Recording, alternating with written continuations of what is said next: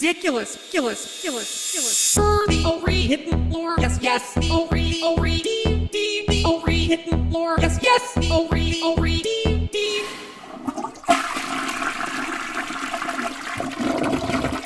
Hello, Internet. Welcome to Film Theory, the show that needs you to skibbity-dom-dom that subscribe button. Yes. If you haven't seen the astronomical rise of the series Skibidi Toilet over the last few months, get your head out of the toilet and let me tell you that no one, and I mean no one, has seen this much success so quickly on YouTube before. As I write this episode, the channel's creator, I can't say his name, can I?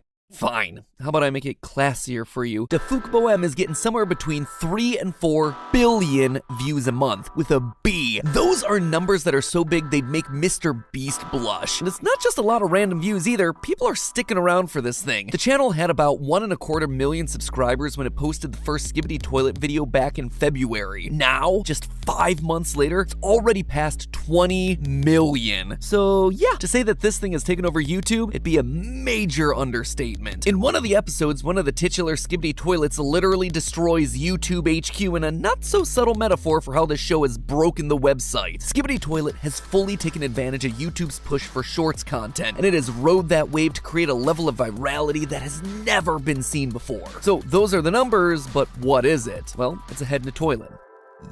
Yep, it's some Gmod animations singing a song. The internet is truly a weird and wonderful place. No, if I'm being completely serious, that's just how the whole thing starts. As the series goes on, the whole thing evolves into a full-on cinematic war between toilets with human heads and people with camera heads, complete with massive titans, mind control, and, wait for it, hidden lore! And I gotta say, after binging every episode of the series multiple times, getting that darn song permanently etched into my brain, what became clear to me was that this goofy meme show wasn't just about being lol so random. It's also not content just remaining as an epic toilet action anime. Yeah, that doesn't sound good. Probably should rephrase that one. Instead, there's an entire meta story buried in this thing. A story about the changing world of entertainment and the fight for survival of art. Yeah, this man's face in a toilet, he's trying to teach us a profound lesson about the meaning of art. And once you see the story that's hiding right in front of your eyes, it becomes clear where the story is ultimately gonna end. So grab your knob toilets, plungers, and KPRL speakers, loyal theorists, as we flush ourselves deep into the fever dream that is Skibidi Toilet. Now, the details for the base story here are pretty straightforward. The whole thing starts when a man's head appears out of a toilet and starts singing a mashup of the 2007 song Give It To Me by Timbaland and the 2022 Turkish song called Dam Dam Yes Yes by Bisser King. But things quickly escalate from there. The toilet heads start to spread. Pretty soon we see an army of these toilets marching, or rather sliding their way down the street military parade style. They clearly pose a threat considering they run over people, they shoot lasers, they even transform humans into more Skibidi Toilets. Pretty soon they've established their own cult-like religion, a police presence, they even have themselves a leader of the army in the form of the G-Man from Half-Life. For those of you who don't know, in the Half-Life games, the G-Man is described as this sinister, interdimensional bureaucrat, and he has this strange reality-bending power, so why not just throw him into a show about evil toilet men? Very quickly it becomes apparent that the people of this universe are no match for the toilet terrors. By the time episode 6 rolls around, we pretty much stop seeing humans altogether. Enter the cameramen. People with cameras for heads. Pretty self-explanatory. But it quickly becomes clear that these characters serve both literally and figuratively as our point of view. Pretty much all episodes are shown from the perspective of one of these cameramen, often ending with the POV character either giving a thumbs up to one of their comrades or being killed at the hands of one of the Skibidi Toilets. This ragtag group of cameramen have made it their mission to eliminate the Skibidi Scourge. They form an organized militia, they Fortnite dance away from the police, and then they form unlikely alliances with the other species that inhabit this world, the Speakermen and the TV Men, two other groups of creatures that are just here for some reason, probably better suited for a Radio Shack than the front lines. And together they plan to protect the planet from these porcelain pirates. And yeah, that's pretty much about it in terms of broad strokes. The rest of the series basically follows a fairly standard formula. Well, I mean, as standard as a show about sentient monsters from Bed Bath & Beyond gets. We constantly see the cameramen inventing some new technology, such as their giant toilet toilet-kicking boss robots. In turn, the toilets repurpose the discarded remains of their fallen foes to become more and more powerful. This cycle of escalation repeats over and over again, eventually leading to where we currently are in the story, with giant kaiju-level battles between the G-Man toilet and the various Titan robots that are created or partnered with the cameraman. And that, to 99.9999% of people, is what the story of the series is. But I'm here to tell you, it is so much more than that. The battle between the toilet heads and the cameraman is really symbolic of the battle between YouTube content and traditional medias like the film industry. Yes, I'm feeling okay, and no, I don't want your long-sleeved jacket, even though it looks very pleasant and warm. Skibidi Toilet is, at its core, a story about how entertainment is changing, and how the series creator Tafik Boem is gonna be the one that merges those two worlds together. It sounds insane, right? I know! That's why I'm so excited about this one. Let me explain it to you.